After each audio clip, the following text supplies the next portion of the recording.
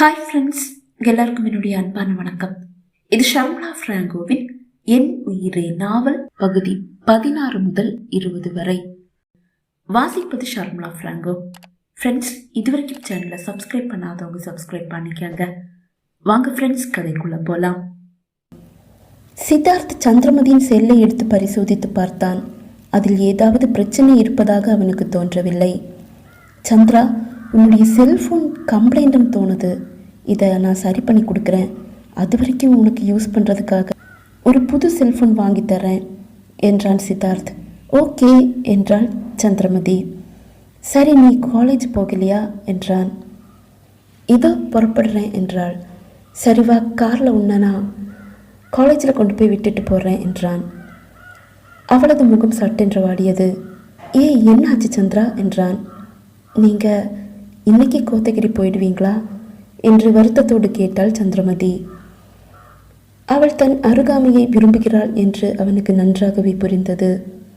இல்லை சந்திரா, உன் கூட 2 நாள் தங்கிட்டு தான் போகிறேன் என்று அவன் கூறியதும் அவள் முகம் சட்டென்று மலர்ந்தது. ஓகே, தேங்க்யூ டாக்டர், நான் அதை இப்போ ரெடியாகி வந்துடுறேன் என்றவள் வேகமாக அறைக்குள் சென்றாள். சந்திரமதியின் நடவடிக்கையில் எந்த மாற்றமும் இருக்கவில்லை. அவள் பார்வையில் அதே காதல், தவிப்பு, தனக்காக ஏங்கும் ஏக்கம் எல்லாம் இருக்கிறது. ஆனால் அவளது உடை, அலங்காரம் எல்லாம் பிரியாவை நினைவுபடுத்தியது. நான் பிரியா மேல உயிரா இருக்கிறதால என்னுடைய அன்பை பெற அவ தன்னை இப்படி மாத்திக்கிட்டாளா? அவளோட இந்த மாற்றத்துக்கு நான் தான் காரணமா? சந்திரா, உனக்கு நான் எப்படி சொல்லி புரிய வைக்கிறது என்று மனதில் எண்ணி தவித்தான் சித்தார்த். கல்லூரி செல்ல தயாராகி வெளியே வந்தவளை கண்ட சித்தார்த் அதிர்ந்து போனான். அவள் அப்படியே பிரியாவாக மாறியிருந்தாள். சித்தார்த்தின் முகம் சட்டென்று மாறியது. சந்திரா, என்ன இது? நீயாயிரு. ஏன் தேவையில்லாம மற்றவங்களை காப்பி அடிக்கிற? பிரியா என்னோட மனசுல இருக்கிறது என்னவோ உண்மைதான்.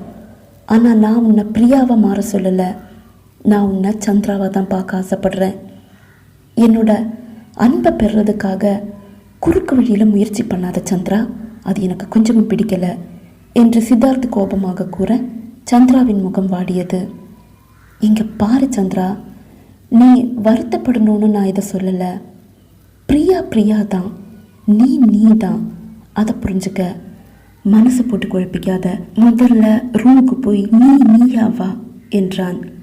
அவள் மீண்டும் அறைக்கு வந்தாள். 5 நிமிடத்தில் அவள் வெளியே வந்தாள்.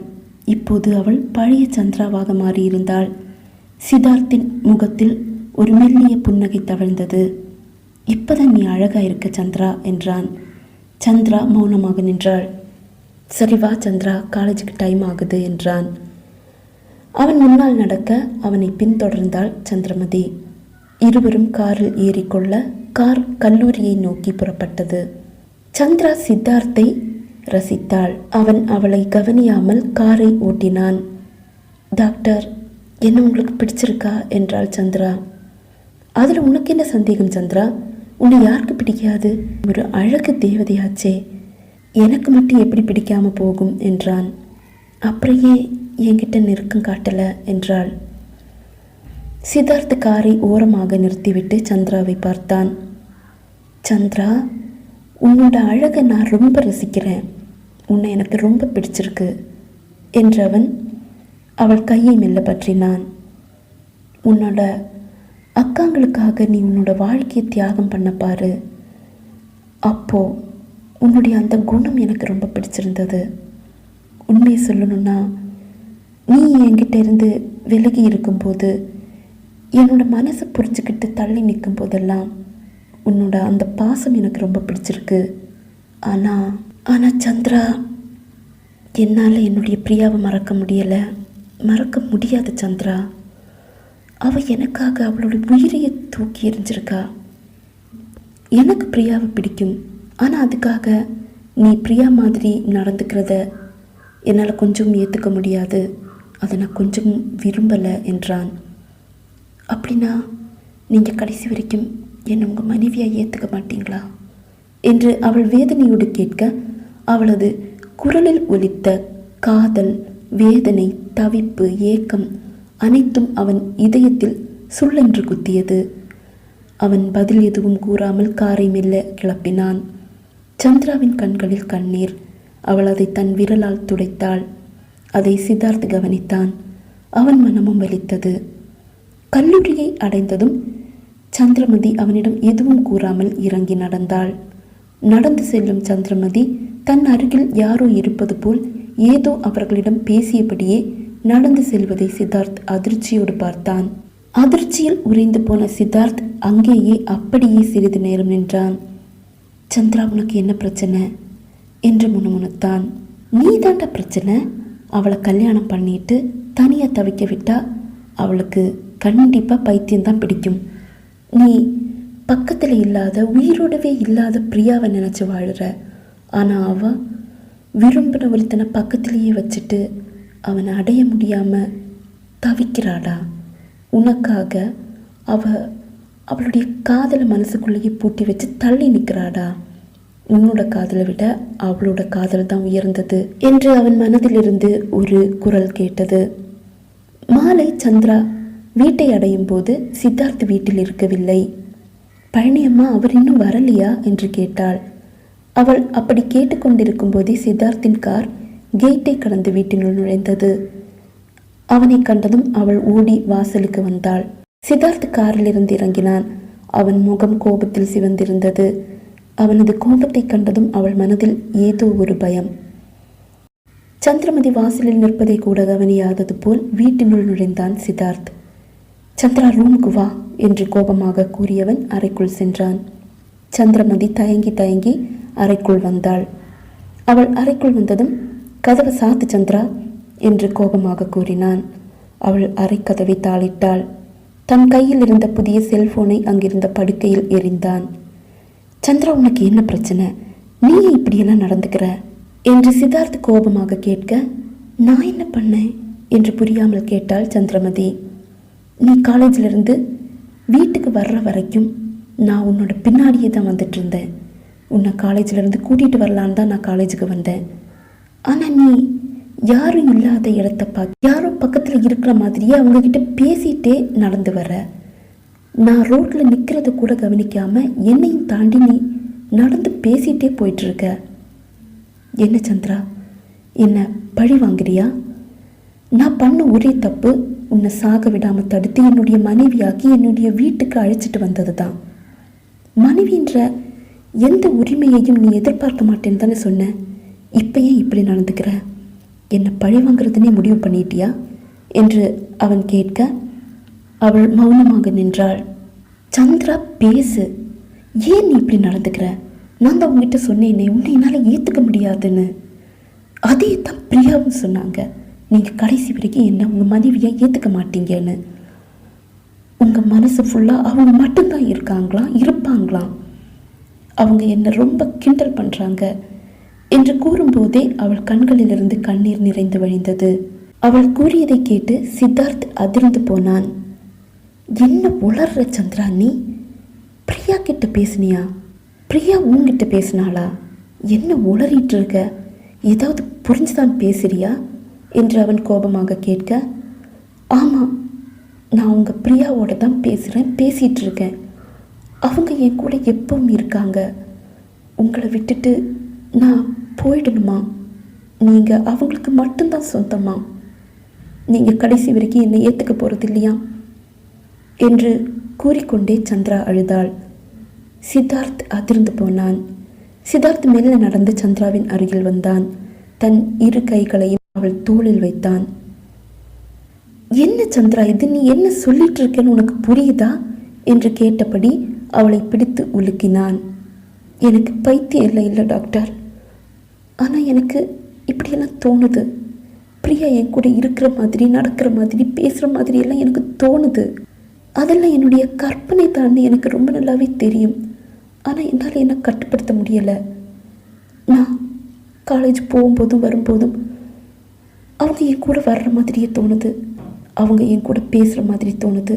சந்திரா ப்ளீஸ், நீ இப்படி பேசுகிறத முதல்ல நிறுத்து சந்திரா.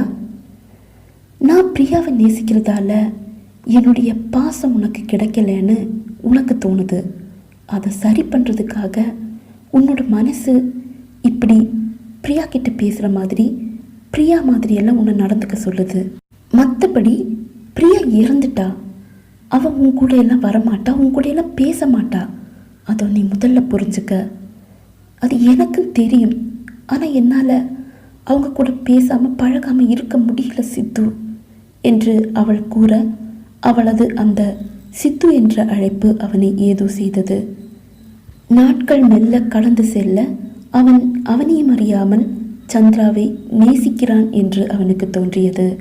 அவளை கல்லூரியில் சேர்த்துவிட்டு வந்த பின் ஏதோ ஒரு வெற்றிடம் தன் அறையில் உருவானது போல் அவன் உணர்வை செய்தான். சந்திராவை பார்க்க வேண்டும், அவளிடம் பேச வேண்டும் என்ற எண்ணம் அவனை வேட்டையாடவே செய்தது. ஆனால் அதற்கு பிரியா எப்போதும் ஒரு தடையாக இருப்பது போல் அவனுக்கு தோன்றியது. சந்திராவை முதல் முறை பார்த்த போதே சந்திரா அவன் மனதில் குடியேறியிருந்தாள். சந்திராவின் இன்பம் துன்பம் எல்லாம் அவனை மிகவும் பாதிக்கவே செய்திருந்தது. ஆனாலும் பிரியாவுக்காக சந்திரா தன் வாழ்க்கையில் வர வேண்டாம் என்று பிடிவாதமாக இருந்தான். ஆனால் சந்திராவின் காதல் அவனது அந்த பிடிவாதத்தை தளர்த்தியது. இன்று இப்போது அவளது வேதனை அவனை வதைக்கவே செய்கிறது. அவளை கட்டி அணைக்க வேண்டும் என்று அவன் மனம் துடிக்கவே செய்தது. ஆனால் அப்படி செய்தால் மீண்டும் தன் பிரியாவை தான் கொன்று விடுவோமோ என்ற பயம். அந்த பயம் அவன் மனதில் தலை தூக்க அவள் தோளை பிடித்திருந்த தன் கையை சட்டென்று இழுத்து கொண்டான் சித்தார்த். இன்று இந்த அறையில் சந்திராவுடன் தங்கினால் தன்னை கட்டுப்படுத்த அவனால் இயலாமல் போகும் என்று அவன் பயந்தான். சந்திரா, நான் இப்போவே கோத்தகிரி போகிறேன். நாளைக்கு ஒரு சர்ஜரி இருக்குது. அதை மறந்துட்டு தான் நான் உன் கூட 2 நாள் தங்குறதா சொன்னேன். சாரி சந்திரா, இன்னொரு நாள் நான் வரேன் என்று கூறியவன் அவள் பதிலை கூட எதிர்பாராமல் சட்டென்று அறை கதவை திறந்து கொண்டு வீட்டை விட்டு வெளியேறி வாசலுக்கு வந்தான். தன் காரில் ஏறி கேட்டை தாண்டி அவன் வெளியே செல்ல தயாராக வீட்டினுள்ளிருந்து சந்திரமதி ஓடி வாசலில் வந்து நிற்பதை காரின் கண்ணாடி வழியாக சித்தார்த் கண்டான். அவளது அந்த தவிப்பு வேதனை அவனை தாக்கியது. சந்திரா, நீ என்னை ரொம்ப கஷ்டப்படுத்துற என்று முணுமுணுத்தவன் கண்ணாடியில் தெரியும் சந்திராவையே பார்த்தபடி தன் காரை முன்னோக்கி செலுத்த சந்திரா அவன் காரின் பின்னால் சிறிது தூரம் ஓடி வருவது தெரிந்தது. கண்களை இறுக்கமாக மூடியவன் சட்டென்று காரின் வேகத்தை கூட்டி அவள் கண்களிலிருந்து மறைந்தான். வீட்டை அடைந்த சித்தார்த்தை கண்டதும் அப்பா, அம்மா, தாத்தா, பாட்டி 4 அவனை ஆவலோடு பார்த்தனர். அவன் கண்கள் சிவந்திருந்தது. சித்தார்த், என்ன பாச்சு? 2 நாள் சந்திராவோட தங்கிட்டு வர்றதை தானே சொல்லிட்டு போனேன். இப்போ என்ன திடீர்னு வந்து நிற்கிற? அழுதியா என்றார் தாத்தா. சித்தார்த் பதில் எதுவும் கூறாமல் வேகமாக தன் அறைக்கு வந்து கதவை தாளிட்டு கொண்டான். படுக்கையில் வந்து விழுந்தவனின் கண்களிலிருந்து கண்ணீர் எட்டி பார்த்தது. அவன் இதயம் வலித்தது. சந்திராவின் காதல் அவனை வாட்டியது. சந்திராவை தன் மனைவியாக ஏற்றுக்கொள்ளும் போது அது பிரியாவுக்கு தான் செய்யும் துரோகம் என்று சித்தார்த் எண்ணினான். சந்திராவை முதன்முறை கண்ட அந்த நிமிடம், அவளது அழகில் அப்படியே மூழ்கி போன நிமிடம் அது. சந்திராவை தன் வீட்டில் முதன்முறையாக கண்ட போதும் அதே நிலைதான். அவள் தன் அறையில் தன் புகைப்படத்தை கையில் எடுத்து வைத்து கொண்டு காதல் மொழி பேசிய போது அவளை அப்படியே கட்டி அணைக்க அவன் மனம் துடித்தது. தனக்காக அவள் ஏங்கிய போதும், வெட்கத்தை விட்டு அவளை ஏற்றுக்கொள்ளுமாறு கூறிய போதும் எல்லாம் ஐ லவ் யூ சந்திரா என்று உறக்க கத்த வேண்டும் என்று அவனுக்கு தோன்றியது. அவளை திருமணம் செய்து தன் வீட்டிற்கு அழைத்து வந்த போதும் அவளுள் ஐக்கியமாக வேண்டும் என்று அவன் மனம் துடிக்கவே செய்தது. அவன் அவளை உதாசீனப்படுத்துவது போல் நடித்தாலும் அவள் தன்னை ரசிப்பதும் தன்னை சுற்றி சுற்றி வருவதும் அவனை அவளிடம் ஈர்க்கவே செய்தது. இப்போதும் அவளை தவிக்க விட்டுவிட்டு வந்த போதும் அவளை நினைத்து அவன் இதயம் துடிக்கவே செய்தது. ஆனால் அவளை நெருங்க விடாமல், அவளை ஏற்றுக்கொள்ள விடாமல் பிரியாவும் அவள் நினைவுகளும் தடுத்தன. பிரியா ஏற்படுத்திய வெற்றிடத்தை சந்திரா நிரப்பவே செய்கிறாள். ஆனால் அதை அனுபவிக்க அவன் மனம் அனுமதிக்கவில்லை. பிரியாவுக்கு துரோகம் செய்வதாக அவன் மனதில் ஒரு உறுத்தல். பிரியாவை மறக்கவும் முடியாமல், சந்திராவை வெறுக்கவும் முடியாமல் இருதலை கொள்ளி எறும்பு போல் தவித்தான் சித்தார்த். அன்று இரவு முழுவதும் அவன் உறங்கவில்லை. அவன் மனதில் பிரியா, சந்திரா இருவரும் மாறி மாறி வந்து போட்டி போட்டு சென்றனர். மறுநாள் காலை தன் அறை கதவு தட்டப்படும் ஓசையை கேட்டு சட்டென்று எழுந்து கதவை திறந்தான் சித்தார்த். அறை வாசலில் தாத்தா நின்று கொண்டிருந்தார். குட் மார்னிங் சித்து என்றார். குட் மார்னிங் தாத்தா என்றான். சித்து, என் கூட தோட்டத்துக்கு வரியா? உன் கூட கொஞ்சம் பேசணும் என்றார் தாத்தா. சித்தார்த் திரும்பி தன் அறைக்குள் இருந்த கடிகாரத்தை பார்த்தான். அது 9 மணியை காட்டியது. தாத்தா, மணி 9 ஆயிடுச்சா? எனக்கு ஹாஸ்பிட்டல் போகணுமே என்றான். சித்து, லைஃபே தாறுமாறாகும் போது அதை சரி பண்ணுறதுக்காக நீ ஒரு நாள் ஹாஸ்பிட்டல் போகாமல் இருந்தால் எதுவும் ஆகாது. நீ இன்னைக்கு ஹாஸ்பிட்டல் எல்லாம் போக வேண்டாம். என் கூட தோட்டத்துக்கு வா, உன்னோட பேசணும். இதுக்கு மேலேயும் உங்ககிட்ட பேசாமல் இருந்தால் உன்னோட லைஃபே உன்னோட கைவிட்டு போயிடும் என்று தாத்தா கூற, சரி தாத்தா, நான் உடனே ரெடியாகி வந்துடுறேன் என்று கூறினான் சித்தார்த். சித்தார்த்தும் தாத்தாவும் தேயிலை தோட்டத்திற்கு வந்தனர்.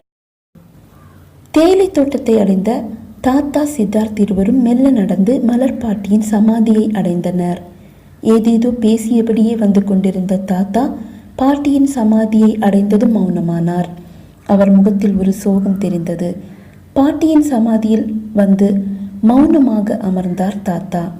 சித்தார்த்தும் அவர் அருகில் வந்து அமர்ந்தான். சிறிது நேர மௌனத்திற்கு பின், சித்து, உன்னோட வாழ்க்கை தாறுமாறா போயிட்டு இருக்கு, அது உனக்கு புரியுதா என்று கேட்டார் தாத்தா. சித்தார்த் மௌனமாக இருந்தான்.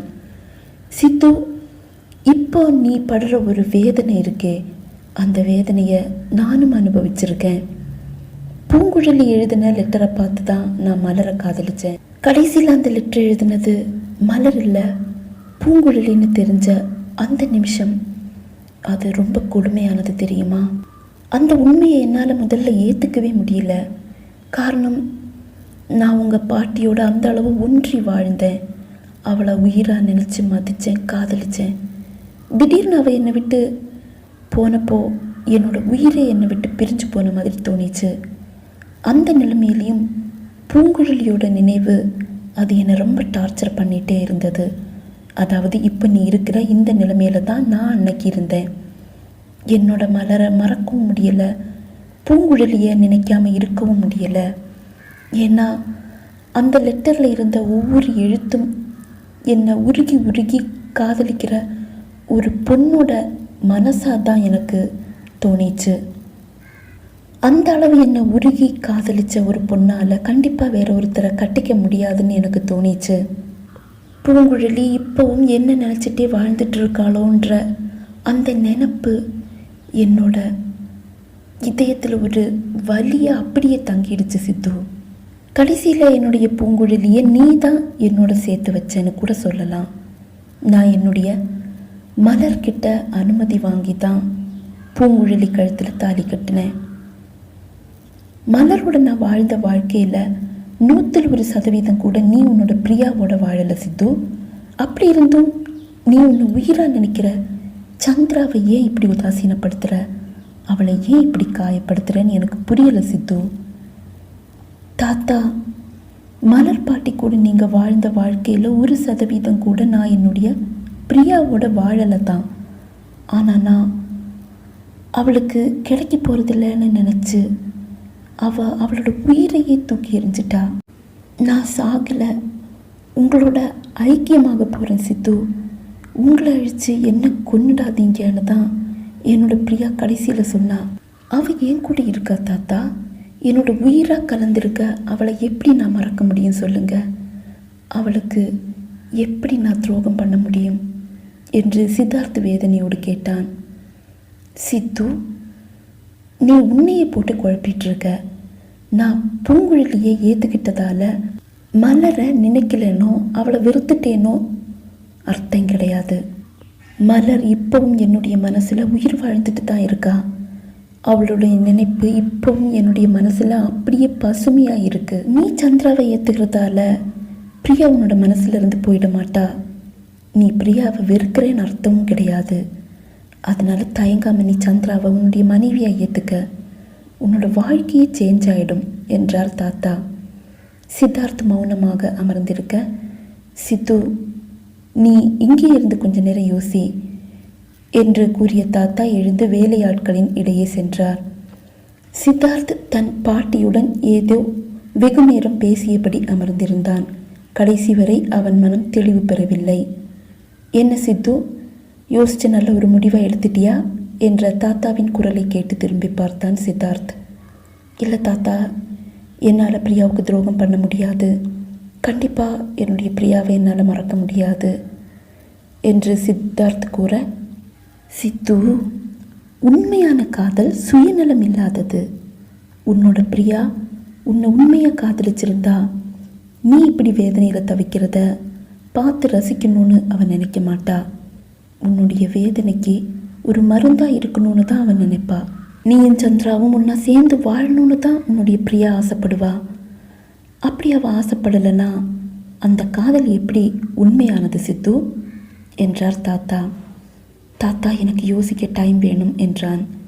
சரி, நீ வீட்டுக்கு போய் நல்லா யோசி. கடைசியில் நல்ல ஒரு முடிவாக எடு. நீ நல்ல ஒரு முடிவை எடுக்கலைன்னா கடைசியில் உன்னோட பிரியாவோட இடத்துக்கே சந்திராவையும் அனுப்பிடுவ. புரியுதா உனக்கு என்றார் தாத்தா. சித்தார்த் எதுவும் பேசவில்லை.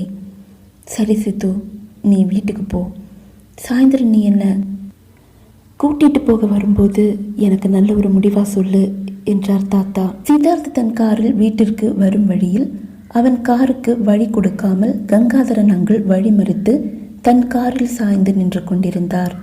அவர் காரின் அருகில் சித்தார்த் வர, என்ன சித்தார்த், நான் கல்யாணம் பண்ண ஆசைப்பட்ட பொண்ணை நீ கல்யாணம் பண்ணிக்கிட்டு நீயும் அனுபவிக்காம என்னையும் அனுபவிக்க விடாம இப்படி தனியாக கோயம்புத்தூரில் கொண்டு போய் விட்டுட்டு வந்திருக்க. நான் நாளைக்கு ஒரு வேறு விஷயமா கோயம்புத்தூர் போகிறேன். அது வழியாக சந்திரமதியையும் பார்த்து பேசிட்டு வரேன். அவள் என் கூட வர தயாராக இருந்தால் கண்டிப்பாக நான் அவளை என் கூட கூட்டிகிட்டு வந்துடுவேன். அவள் வரலைனாலும் அவளை தூக்கிட்டு வந்துடுவேன் என்று கங்காதரன் அங்கிள் கூற சித்தார்த் அதிர்ந்து போனான். அங்கிள், அனாவசியமாக பிரச்சனை எதுவும் பண்ணாதீங்க. அவள் படிக்கிறதுக்காக தான் கோயம்புத்தூரில் தங்கியிருக்கா என்றான். எதுடா அனாவசிய பிரச்சனை? நான் கட்டிக்க வேண்டிய பொண்ணை நீ கட்டிக்கிட்டு அவளை இப்படி தனியாக கொண்டு போய் விட்டுட்டு வந்திருக்கியே, அதுதான்டா அனாவசிய பிரச்சனை. உன்கிட்ட எனக்கு என்ன பேச்சு? நான் சந்திரா கிட்டேயே பேசிக்கிறேன் என்று கூறியவர் சட்டென்று தன் காரில் ஏறி காரை எடுத்துக்கொண்டு கிளம்பினார். சித்தார்த் சட்டென்று தன் செல்போனை எடுத்து சந்திராவின் எண்ணிற்கு அழைத்தான். பெல் அடித்து கட்டாகிறது. ஆனால் சந்திரா ஃபோனை எடுக்கவில்லை. 4-5 முறை அழைத்தும் அவள் ஃபோனை எடுக்கவில்லை. ச்சே, என்ன பண்ணிட்டு இருக்கா இவ என்று மனதில் எண்ணியபடியே காரை வீட்டை நோக்கி செலுத்தினான். வீட்டிற்கு வந்த சித்தார்த் அம்மா என்று அழைத்தான். சமையல் அறையிலிருந்து அவன் அம்மா எட்டி பார்த்தார். அம்மா, அந்த பழனி அம்மா நம்பருக்கு ஃபோன் பண்ணி சந்திரா கிட்ட ஃபோனை கொடுக்க சொல்லுங்க என்றான். என்னப்பா, என்ன ஆச்சு? ஏதாவது பிரச்சனையா என்று அம்மா கேட்டார். ஆமாம்மா, கங்காதர அங்கிள் பிரச்சனை பண்ண போகிறாரு. அவர் சந்திராவை பார்க்க கோயம்புத்தூர் போகிறாராம். அதுதான் சந்திராவை கொஞ்சம் பத்திரமா இருக்க சொல்லலான்னு நினச்சேன். பதறி போன சித்தார்த்தின் அம்மா உடனே பழனி அம்மாவை அழைத்தார். பழனி அம்மா ஃபோனை எடுத்ததும், பழனி அம்மா, சந்திரா கிட்ட ஃபோனை கொடுங்க என்றார். இல்லைம்மா, சந்திரா அம்மா காலேஜ் போயிருக்காங்க. சரி, அவள் வந்ததும் எனக்கு கால் பண்ண சொல்லு என்று கூறியவர் அழைப்பை துண்டித்தார். சித்தார்த், சந்திரா காலேஜ் போயிருக்காளாம். சரிம்மா, அவள் ஃபோன் பண்ணால் என்கிட்ட ஃபோனை கொடுங்க என்று கூறிவிட்டு தன் அறைக்கு வந்தான். சந்திரா அவன் கண்முன் வந்து நின்றாள். என்னை கடைசி வரைக்கும் உங்கள் மனைவியை ஏற்றுக்க மாட்டீங்களா சித்து என்று அவள் கேட்பது போல் தோன்றியது. பிரியாவும் கண்முன் வந்து நின்றாள். சித்தார்த், நீங்கள் எனக்கு மட்டும்தானே சொந்தம் என்று அவள் கேட்பது போல் அவனுக்கு தோன்றியது. ஸ்டாப் இட் என்று கத்தினான் சித்தார்த். மாலை சித்தார்த்தின் அப்பா ஆஃபீஸ் முடிந்து வரும்போது தாத்தாவையும் அழைத்து வந்ததால் சித்தார்த் தோட்டத்திற்கு செல்லவில்லை. வீட்டில் வந்ததும் சித்தார்த் ஹாலில் அமர்ந்திருப்பதை கண்டார் தாத்தா. என்ன சித்தார்த், என்ன முடிவு பண்ண என்று கேட்டார். தாத்தா, என்னால் ஒரு முடிவுக்கு வர முடியல என்று சித்தார்த் வருத்தமாக கூறினான். அப்போதுதான் சித்தார்த்தின் அம்மா ஃபோனை கொண்டு வந்து சித்தார்த்திடம் நீட்டினார். சித்து, சந்திரா லைனில் இருக்கா என்று அம்மா கூற சித்தார்த் ஃபோனை வாங்கி ஹலோ சந்திரா என்றான். அவனது அந்த குரல் சந்திராவின் காதில் தேனாக ஒலித்தது. சொல்லுங்க சித்து என்றாள். சந்திரா, நீ நாளைக்கு பழனி அம்மா கிட்ட சொல்லி ஆட்டோ ஏதாவது பிடிச்சு காலேஜுக்கு போ. திரும்பி வரும்போதும் பழனி அம்மா கிட்ட சொல்லி ஏதாவது ஆட்டோவை பிடிச்சிட்டு காலேஜுக்கு வர சொல்லு. திரும்பி வரும்போதும் நீ ஆட்டோலேயே வந்தால் போதும், புரிஞ்சதா என்றான். எதுக்காக பழனி அம்மாவை இப்படி கஷ்டப்படுத்தணும்? நான் நடந்தே போயிட்டு வரேனே என்றாள். இல்லை சந்திரா, கங்காதர அங்கிள் வந்து பிரச்சனை பண்ண வாய்ப்பு இருக்கு என்று சித்தார்த்து கூற எதிர்முனையில் அமைதி.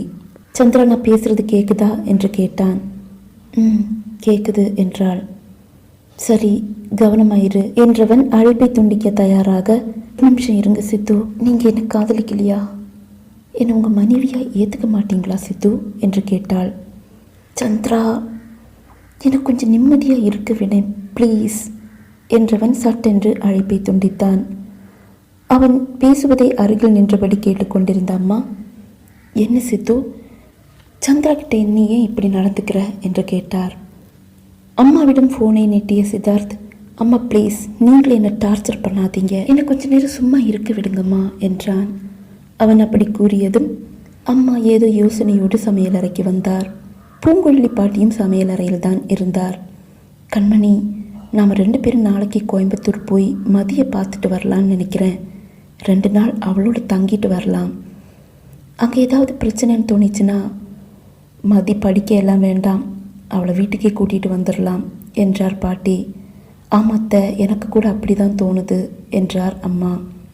சந்திராவிடம் கோபமாக பேசிவிட்டோமே என்று வருந்திய சித்தார்த் சந்திராவின் எண்ணிற்கு அழைத்து பார்த்தான். பெல் அடிக்கிறது, ஆனால் அவள் ஃபோனை எடுக்கவில்லை. சமையல் அறைக்குள் வந்த சித்தார்த், அம்மா நீங்கள் சந்திராவுக்கு எப்படி ஃபோன் பண்ணீங்க என்றான். பழனி அம்மா நம்பரில் தான் கூப்பிட்டேன், அவளுக்கு கால் பண்ணால் கிடைக்கிறதில்ல என்றார். அப்படின்னா அவங்க நம்பரை கொஞ்சம் கொடுங்க என்றான். அம்மா பழனி அம்மா எண்ணெய் எடுத்து சித்தார்த்திற்கு கொடுத்தார். அந்த எண்ணெய் வாங்கி கொண்டு தன் அறைக்கு வந்தான் சித்தார்த். பழனி அம்மா எண்ணிற்கு அழைத்து ஃபோனை சந்திராவிடம் கொடுக்குமாறு கூறினான். டாக்டர், சந்திரா அம்மா நேற்றையிலிருந்து எதுவுமே சாப்பிடல என்றார் பழனி அம்மா. அப்படியா, சரி ஃபோன் அவகிட்ட கொடுங்க என்றான். சந்திராம்மா என்று அழைத்து கதவை தட்டும் ஓசை கேட்டது. கதவு திறக்கப்படும் ஓசையும் கேட்டது. டாக்டர் லைனில் இருக்காரு என்று பழனியம்மா கூறுவதும், எனக்கு உடம்பு சரியில்லைன்னு அவர்கிட்ட சொல்லுங்க பழனியம்மா என்று சந்திரா கூறுவதும் அவன் காதில் விழுந்தது. பழனியம்மா, சந்திரா கிட்ட ஃபோனை கொடுங்க என்று சித்தார்த்து கூற, ஃபோனை சந்திராவிடம் நீட்டியபடி, உங்ககிட்ட தர சொல்கிறாரு என்று பழனியம்மா கூறினார். ஃபோனை வாங்கி, ஹலோ டாக்டர் சொல்லுங்க என்றாள். உடம்புக்கு என்ன சந்திரா? அவள் பதில் கூறவில்லை. சரி, ஃபோன் பண்ணால் இன்னும் ஏன் ஃபோனை எடுக்கிறதில்ல? எனக்கு யாரும் ஃபோன் பண்ணுறதில்லையே. சிம்மு புது செல்லில் போடலையா என்றான். புது செல்லில் தான் சிம்மை போட்டிருக்கேன். சந்திரா, மனசை போட்டு குழப்பிக்காத, நான் 2 நாளில் உன்னை பார்க்க வரேன் என்றான். வேண்டாம் டாக்டர், என்னை காயப்படுத்துறதுக்காக நீங்கள் திரும்பவும் என்னை பார்க்க வர வேண்டாம் என்று கூறியவள் அழைப்பை துண்டித்தாள். மறுநாள் காலை அனைவரும் கிளம்பி சென்ற பின் சித்தார்த்தின் அம்மா பூங்குழலி பாட்டி இருவரும் கோயம்புத்தூர் புறப்பட்டனர். 2 நாள் சந்திராவோடு தங்கிவிட்டு வருவதாக கூறியிருந்தனர். தாத்தாவும் சித்தார்த்தின் அப்பாவும் சரி என்றனர். நீங்கள் போயிட்டு 2 நாள் சந்தோஷமாக சந்திராவோடு தங்கிட்டு வாங்க, நாங்களே சமைச்சு சாப்பிட்டுக்கிறோம் என்று தாத்தா கூறியிருந்தார். மாலை சந்திரா கல்லூரியில் இருந்து வரும்போது சித்தார்த்தின் அம்மா பூங்குழலி பாட்டி இருவரும் வீட்டில் இருப்பதை கண்டு ஓடி வந்து இருவரையும் கட்டி அணைத்து அழுதாள் சந்திரா. அதை கண்டதும் அவர்களுக்கும் அழுகை வந்துவிட்டது. சந்திரா, என்னம்மாச்சு என்று கூறியபடியே சித்தார்த்தின் அம்மா அவளை கட்டி அணைத்து சமாதானம் செய்தார். மதி, என்ன இது சின்ன குழந்தை மாதிரி, நாங்கள் தான் வந்துட்டோம்ல, இனி எந்த பிரச்சனையும் இல்லை என்றார் பாட்டி. அன்று இரவு மூவரும் ஒரு அறையில் ஒன்றாக படுத்து தூங்கினர். நன்றாக தூங்கிக் கொண்டிருந்த சந்திரமதியின் அருகில் அந்த உருவம் மெல்ல நடந்து வந்தது. தன் அருகில் யாரோ நடந்து வருவதாக கண்டு மெல்ல கண் விழித்தாள். தன் எதிரில் நிற்கும் உருவத்தை கண்டு அவள் அதிர்ந்து சட்டென்று படுக்கையிலிருந்து எழ முயன்றாள். அந்த உருவம் அது பிரியா. சட்டென்று பிரியாவின் கை நீண்டு வந்து அவள் கழுத்தை பிடித்து நெரித்தது. சந்திராவின் கண்கள் மேல் நோக்கி சொருகியது. சந்திரா என்று அலறியபடி படுக்கையில் எழுந்து அமர்ந்தான் சித்தார்த். கடிகாரத்தை பார்த்தான். அது 4 மணியை காட்டியது. சட்டென்று எழுந்து குளித்து தயாராகி காரை எடுத்துக்கொண்டு கோயம்புத்தூர் புறப்பட்டான். சந்திரமதி காலையில் எழும்போது படுக்கையில் சித்தார்த்தின் அம்மா பாட்டி இருவரும் இருக்கவில்லை. அவள் மெல்ல எழுந்து சமையல் அறைக்கு வந்தாள். அவளை கண்டதும், மதி குளிச்சுட்டு சீக்கிரமா வாமா, இங்கே பக்கத்தில் ஒரு கோயில் இருக்கே, அங்கே போயிட்டு வந்துடலாம் என்றார் பாட்டி. சரி பாட்டி, இதோ வரேன் என்றவள் வேகமாக குளித்து உடை மாற்றி வந்தாள். மூவரும் கோயிலுக்கு போய்விட்டு வந்தனர். சந்திரா, நீ இன்னைக்கு காலேஜ் போக வேண்டாமா, உன்கிட்ட பேசணும் என்றார் சித்தார்த்தின் அம்மா. சரிம்மா என்றாள் சந்திரா. பூங்குழலி பாட்டி அவள் கையை பிடித்து தன் அருகில் அமர்த்தினார். அவள் அருகில் சித்தார்த்தின் அம்மாவும் வந்து அமர்ந்தார். மதி, உன்னோட பிரச்சனை என்னம்மா, உனக்கு என்ன ஆச்சு என்றார் பாட்டி. பாட்டி, நான் எதை சொன்னாலும் நீங்கள் யாருமே நம்ப போகிறதில்ல என்றாள். நீ முதல்ல சொல்லு, நம்புறதா வேண்டாமான்னு நாங்கள் முடிவு பண்ணுறோம். சொல்லுமா, என்ன பிரச்சனை உனக்கு என்றார் பாட்டி. பாட்டி, என் கூட பிரியா இருக்காங்க, இப்பவும் இருக்காங்க, என் முன்னாடி தான் உட்காந்துருக்காங்க, என்னை பார்த்து சிரிக்கிறாங்க என்றாள். சித்தார்த்தின் அம்மாவும் பூங்குழலி பாட்டியும் ஒருவரை ஒருவர் பார்த்து கொண்டனர். பாட்டி சந்திரமதியின் கையை இறுக்கமாக பிடித்தார். மதி, நான் உன்னை நம்புறேம்மா. பிரியா என்ன சொல்றா? எப்போ இருந்து பிரியா உன் கூட இருக்கிறா? தைரியமாக சொல்லு என்றார். பாட்டி, டாக்டர் உங்ககிட்ட பிரியாவை பற்றி சொன்னாரே? ஆமாம், அன்னையிலிருந்து பிரியா என் கூட தான் இருக்காங்க என்று பிரியா கூற சித்தார்த்தின் அம்மாவும் பாட்டியும் அதிர்ச்சியோடு அவளை பார்த்தனர். சந்திரமதி பிரியா தன்னுடன் இருப்பதாக கூற அதை கேட்டு சித்தார்த்தின் அம்மாவும் பூங்குழலி பாட்டியும் அதிர்ந்து போயினர். சந்திரமதி மெல்ல பேச்சை தொடர்ந்தாள். அன்று சித்தார்த் பூங்குழலி பாட்டியிடம் பிரியாவை தான் காதலித்தது, பிரியாவின் அப்பா தங்கள் காதலை ஏற்காததால் தன்னை இழந்து விடுவோமோ என்ற பயத்தில் பிரியா தற்கொலை செய்து கொண்டதும் அவள் நினைவிலேயே தான் வாழ்வதாகவும் கூற சந்திராவின் மனதில் பிரியா ஏறி அமர்ந்து கொண்டாள். சித்தார்த் தனக்கு கிடைக்கப் போவதில்லை என்ற எண்ணம் அவளை வாட்டி வதைத்தாலும் தன் உயிர் சித்தார்த்தை இப்படி தவிக்க விட்டுவிட்டு பிரியா தப்பான ஒரு முடிவை எடுத்துக்கொண்டார் என்று சந்திரா பிரியாவின் மீது கோபம் கொண்டாள். அவள் தன் வீட்டை நோக்கி நடந்து வரும்போது, என்ன பிரியா, நீங்கள் இப்படி ஒரு முட்டாள்தனமான முடிவை எடுத்துட்டீங்களே, சித்தார்த்த மாதிரி ஒருத்தரை பார்க்கவே முடியாது, அவரோட வாழ்கிற பொன்னான வாய்ப்பை இப்படி தவற விட்டுட்டீங்களே என்று தனக்குத்தானே பிரியாவுடன் பேசுவது போல் பேசிக்கொண்டே தன் வீட்டை நோக்கி நடந்தாள். அப்போதுதான் அவளோடு சேர்ந்து ஒரு பெண்ணும் நடந்து வருவது போல் அவளுக்கு தோன்றியது. அவள் முகம் தெளிவாக அவளுக்கு தெரியவில்லை, பனி மூடி கிடப்பது போல் அவளுக்கு தோன்றியது. அவள் தன்னோடு சேர்ந்து நடந்து வருவதை கண்டதும் தனியாக பேசியபடி நடந்து வந்து கொண்டிருந்த சந்திரா தன் பேச்சை அப்படியே நிறுத்தி கொண்டாள். சந்திரமதி அமைதியாக நடந்து அந்த ஒற்றையடி பாதையை அடைய அப்பெண் நேராக நடந்து சென்று மறைந்தாள். அதன் பின் சித்தார்த்தின் வீட்டிற்கு சென்று திரும்பும் போதெல்லாம் சிறிது தொலைவில் இருந்து ஒரு பெண் தன் பின்னால் வருவது போல் அவளுக்கு தோன்றியது. சந்திரமதி தன் துக்கம் சந்தோஷம் அனைத்தையும் பிரியாவுடன் பகிர்ந்து கொண்டாள். அன்று கங்காதரனுடன் திருமணம் நிச்சயமான அன்று தன் உயிரை போக்கிக் கொள்ள முடிவு செய்த அந்த நாள். முகம் தெளிவாக தெரியாத அந்த உருவம் தன்னை கிண்டல் செய்வது போல் தோன்றியது. தன்னை தற்கொலை செய்து கொள்ளாமல் அந்த உருவம் தடுப்பது போல் ஒரு உணர்வு அவளுள் எழுந்தது. கங்காதரன் முதலாளியுடன் அவளது திருமணம் நடைபெற இருந்த அந்த நாள் சித்தார்த்தை தேடி தான் எப்படி சென்றோம் என்று எண்ணிய போது அது இன்றும் அவளுக்கு வியப்பாகவே இருந்தது. எப்படி அவ்வளவு தைரியமாக அவரது வீட்டிற்குள் சென்று அவர் அறை வரை சென்று அவரை கட்டி அணைத்து ஐ லவ் யூ சித்து என்று தன்னால் கூற முடிந்தது என்று அவளுக்கு வியப்பாக இருந்தது. அப்படி செய்யுமாறு தன்னை தன்னுள்ளிருந்து யாரோ தூண்டி விடுவது போல் அவளுக்கு தோன்றியிருந்தது. அப்படி கட்டி அணைத்து ஐ லவ் யூ கூறிய பின்னும் சித்தார்த்திடம் தெரிந்த அந்த உதாசீனம் அதை தாங்கிக் கொள்ள அவளால் இயலவில்லை. அவள் மண்டபம் செல்லும் முன் தற்கொலை செய்து கொள்வது என்ற முடிவோடு தான் வீட்டிற்கு வந்தாள். ஆனால் அவளது அந்த முடிவையும் யாரோ தடுப்பது போல் தோன்றியது. கடைசியில் மண்டபத்திற்கு சென்று தன் கழுத்தில் கங்காதரன் முதலாளி தாலி கட்டும் வரை சித்தார்த்திற்காக காத்திருப்பது என்று முடிவு செய்தாள். என்ன ஒரு அதிசயம்! சித்தார்த் தன் கழுத்தில் தாலி கட்டினார். அதை இப்போதும் அவளால் நம்ப இயலவில்லை. அப்படி ஒரு அதிசயம் தன் வாழ்க்கையில் நடக்கும் என்று அவள் கனவிலும் எண்ணவில்லை. அதோடு பிரச்சனை முடிந்தது என்று பார்த்தபோது அவர் தன்னை ஊரறிய மனைவியாக ஏற்றுக்கொண்டாலும் மனதளவில் தள்ளியே நின்றார். ஆனாலும் அவர் தன்னுடையவர் ஆகிவிட்டாரே என்ற நிம்மதியில் அவரிடம் உரிமை எடுத்துக்கொள்ள சந்திரமதி துணியவில்லை. சித்தார்த்தும் அவளை நெருங்கவில்லை. அப்போதும் தன் நிழல் போல் தன்னுடன் யாரோ இருப்பது போல் அவளுக்கு தோன்றவே செய்தது. சித்தார்த் சந்திரமதியை கல்லூரியில் கொண்டு வந்து சேர்த்தபோது கல்லூரி வாசலில் தோளில் பேகை தூக்கியபடி அழகான ஒரு புன்னகையுடன் அழகிய ஒரு இளம் பெண் அவர்களை காத்து நிற்பது போல் கல்லூரி வாசலில் நின்று கொண்டிருப்பதை சந்திரமதி கண்டாள். அவள் தன்னையும் சித்தார்த்தையும் நோக்கி சிரித்தாள். சந்திரமதியும் சித்தார்த்தும் கல்லூரிக்குள் வந்தபோது அவள் தனக்கும் சித்தார்த்திற்கும் இடையில் இருந்த இடைவெளியில் தங்களோடு நடந்து வந்து கொண்டிருந்தாள்.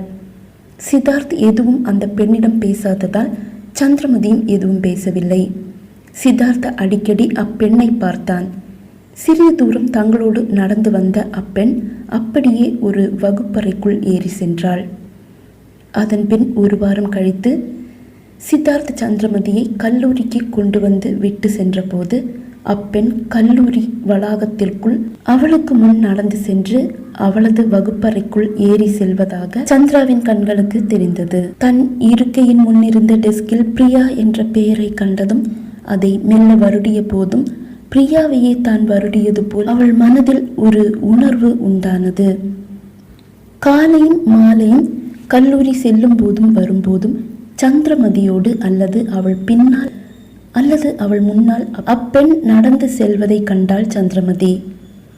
அன்று பிரியாவை காண வேண்டும் என்ற ஆவலில் பிரியாவின் வீடை தேடி சென்ற அந்த நாள் அன்றுதான் தன்னுடன் நிழல் போல் நடந்து வந்து கொண்டிருந்த அப்பெண் இப்போது தன் கண்முன் மிகவும் தெளிவாக நடந்து வரும் பெண் பிரியா என்று சந்திரமதி அறிந்தாள்.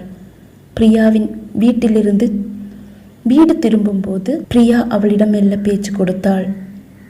என்ன சந்திரா, என்னை பார்த்துட்டியா? என்னை பார்க்கணுன்னு நீ ரொம்ப ஆசைப்பட்டியே என்று பிரியா கேட்டாள்.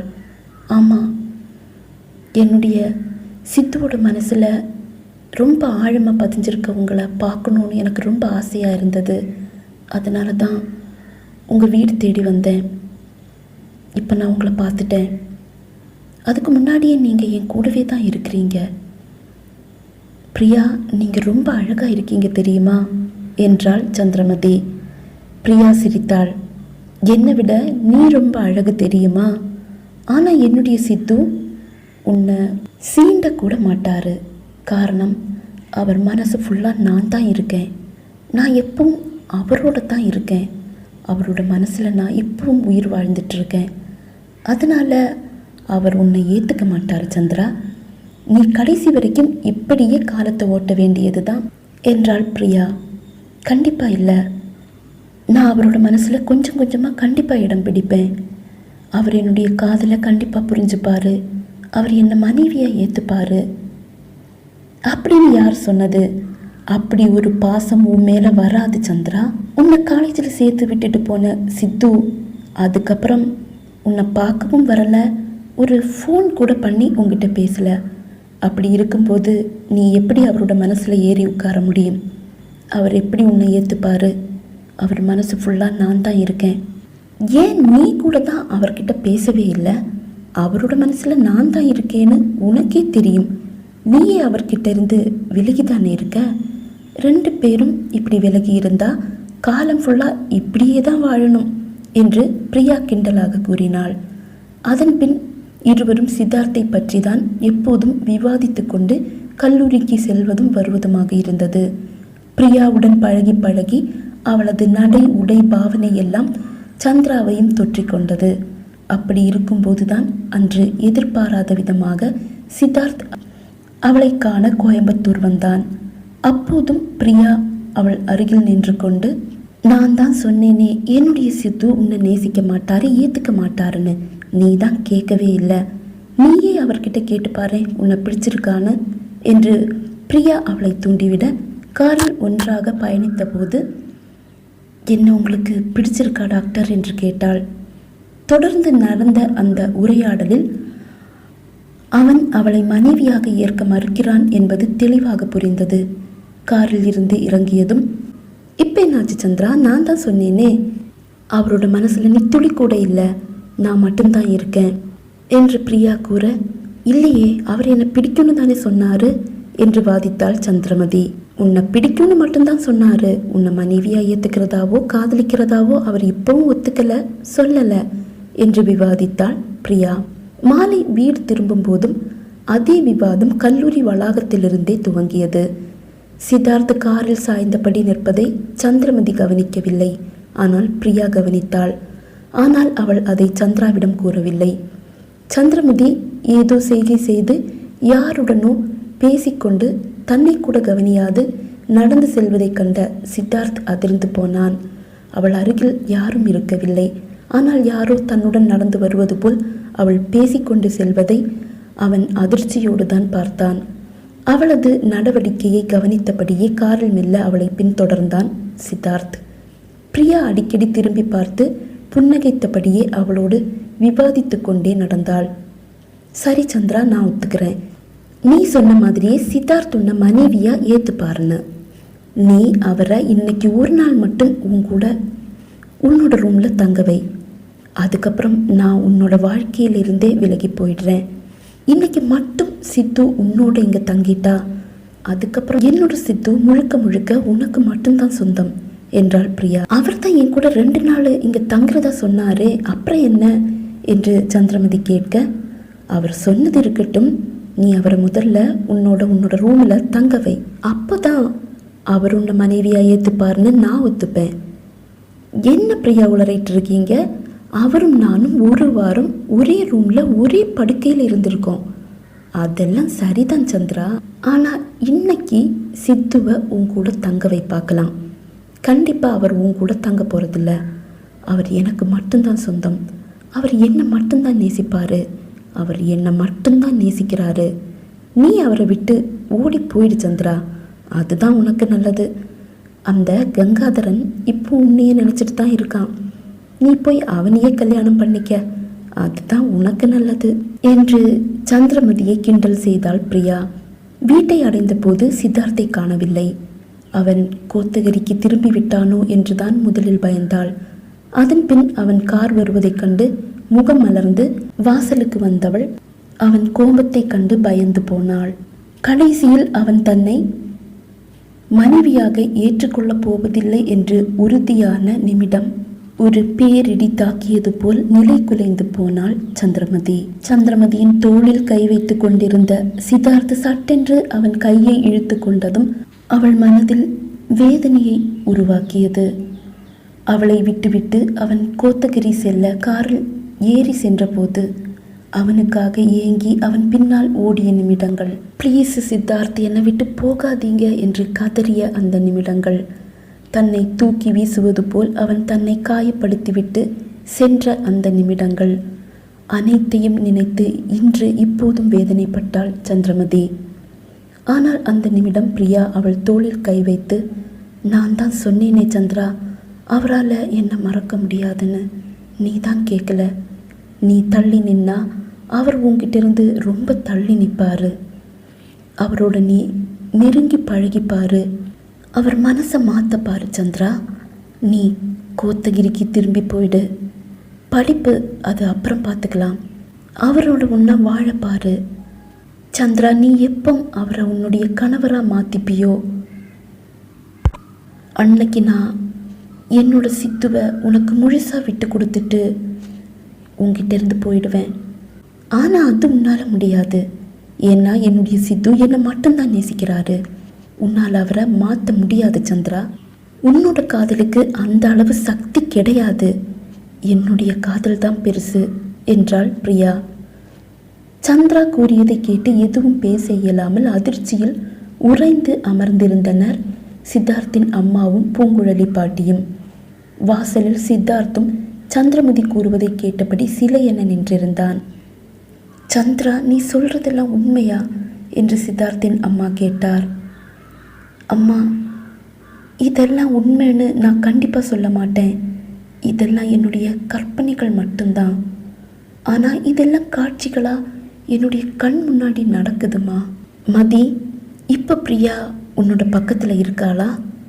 அதாவது உன்னோட பக்கத்தில் இருக்கிற மாதிரி உனக்கு தோணுதாம்மா என்று பூங்குழலி பாட்டி மிகவும் பாசத்தோடு கேட்டார்.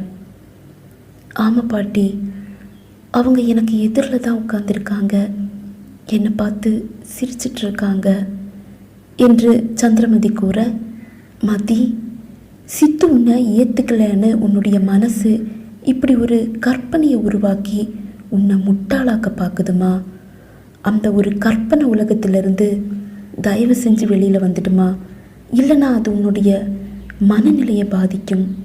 நான் சொல்கிறது உனக்கு புரியுதாம்மா என்று பூங்குழலி பாட்டி மிகவும் பொறுமையாக சந்திரமதியிடம் கூறினார். பாட்டி, இத்தனை நாளும் இதெல்லாம் என்னுடைய கற்பனைன்னு தான் நானும் நம்பிட்டு இருந்தேன். ஆனால் இன்னைக்கு இதெல்லாம் கற்பனை இல்லை, உண்மைதான்னு நான் நம்ப வேண்டிய ஒரு கட்டாயத்தில் இருக்கேன். ஏன்னா பிரியா என் கூட இருக்கிறது பொய் இல்லை, நிஜம்.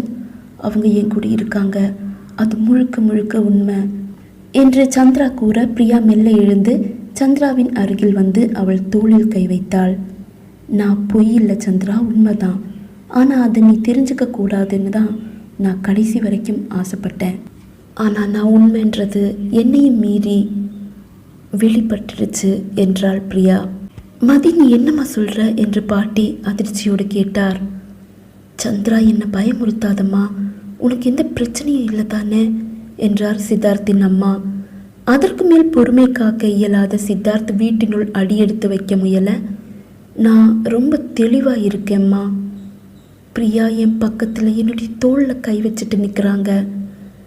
அவங்க ஸ்பரிசத்தை நான் உணர்றேம்மா. அது மட்டும் இல்லை, நேற்றுக்கு மதியம் காலேஜில் நடந்த அந்த நிகழ்ச்சி தான் பிரியா உண்மைன்னு எனக்கு புரிய வச்சது என்று சந்திரமதி கூறியதும் சித்தார்த் அப்படியே பனி போல் உறைந்து வாசலிலேயே நின்றான். மதி, நீ என்னம்மா சொல்ற, எங்களுக்கு எதுவும் புரியல என்று பூங்குழலி பாட்டி கேட்க சித்தார்த்தின் அம்மா அதிர்ச்சியோடு அமர்ந்திருந்தார். ஆமா பாட்டி, என்னுடைய அப்பான்னு சொல்லி கங்காதர முதலாளி நேற்றுக்கு மத்தியானம் என்னை காலேஜில் பார்க்க வந்திருந்தாரு. மதிய உணவுக்கு பின் வகுப்பறைகள் அப்போதுதான் துவங்கியது. சந்திரமதி வகுப்பை கவனித்துக் கொண்டிருக்க பியூன் ஒருவர் வகுப்பறையின் வாசலில் வந்து நின்று, சார், சந்திரமதியை கூட்டிகிட்டு போகிறதுக்காக அவங்க அப்பா வந்திருக்காரு. அவங்க அம்மா உடம்பு சரியில்லாமல் சீரியஸாக ஹாஸ்பிட்டலில் அட்மிட் ஆகியிருக்காங்களாம். சந்திரமதியை உடனே அனுப்பி வைங்க சார். அவங்க அப்பா விசிட்டர்ஸ் ரூமில் வெயிட் பண்ணுறாரு என்றார் பியூன். பியூன் கூறியதை கேட்டு வியந்தாள் சந்திரமதி. தன் அப்பா தன்னை அழைத்து செல்ல வந்தாரா? அவர் எப்படி தன்னை அழைத்து செல்ல வருவார்? தான் இங்கு இருப்பது அவருக்கு எப்படி தெரியும்? அவரது உடல்நிலை இருக்கும் நிலையில் கண்டிப்பாக அவர் பயணம் செய்து இவ்வளவு தூரம் வர ஒரு வாய்ப்பும் இல்லை. வகுப்பை நடத்தி கொண்டிருந்த ப்ரொஃபஸர், சந்திரமதி போம்மா என்றார். சார், என்னோட அப்பா தானே அது. அவர் இவ்வளவு தூரம் ட்ராவல் பண்ணியெல்லாம் கண்டிப்பாக வரமாட்டாரு என்றாள். ப்ரொஃபஸர் பியூனை பார்த்தார். ஆமாம், அது உங்கள் அப்பா தான்.